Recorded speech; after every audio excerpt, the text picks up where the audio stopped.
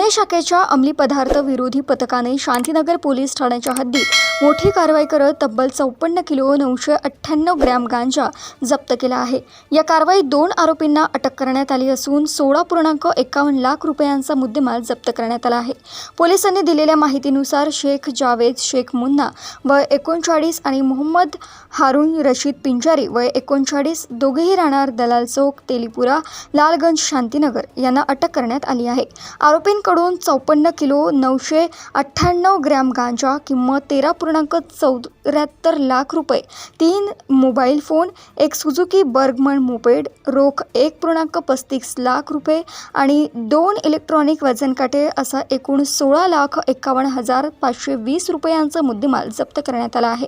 ही कारवाई 13 जुलै रोजी पहाटे 2:30 ते 5:10 दलाल चौक परिसरातील डिनशेन शेडमध्ये करण्यात आली। आरोपींविरुद्ध NDPS कायद्याच्या कलम 8(क)20(ब), 2(क) आणि 29 अन्वये शांतीनगर पोलीस ठाण्यात गुन्हा दाखल करण्यात आला आहे। ही कारवाई पोलीस निरीक्षक भरत क्षीरसागर यांच्या नेतृत्वाखाली अंमली पदार्थ विरोधी पथकाने केली असून पुढील तपास शांतीनगर पोलीस करीत आहेत।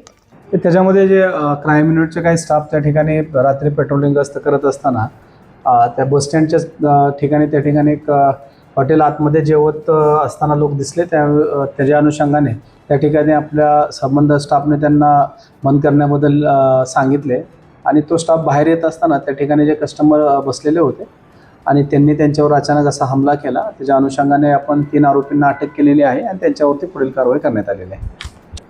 याच्यामध्ये निश्चितच सर्वांना हे आव्हान आहे की पोलिसांचं काम करता आहे। जे महत्त्वाचं रात्री काही शहरामध्ये गुन्हे घडून आहेत, काही इतर घटना घडून आहेत, त्याच्या अनुषंगाने पेट्रोलिंग करत असतं आणि जे हॉटेलचं टायमिंग आहे त्याच्या अनुषंगाने टायमिंग सर्वांनी पाळलं पाहिजे। लोकांनाही त्या ठिकाणी टायमिंगनंतर जाता कामा नये, अन्यथा त्यांच्यावरही त्या ठिकाणी कारवाई करण्यात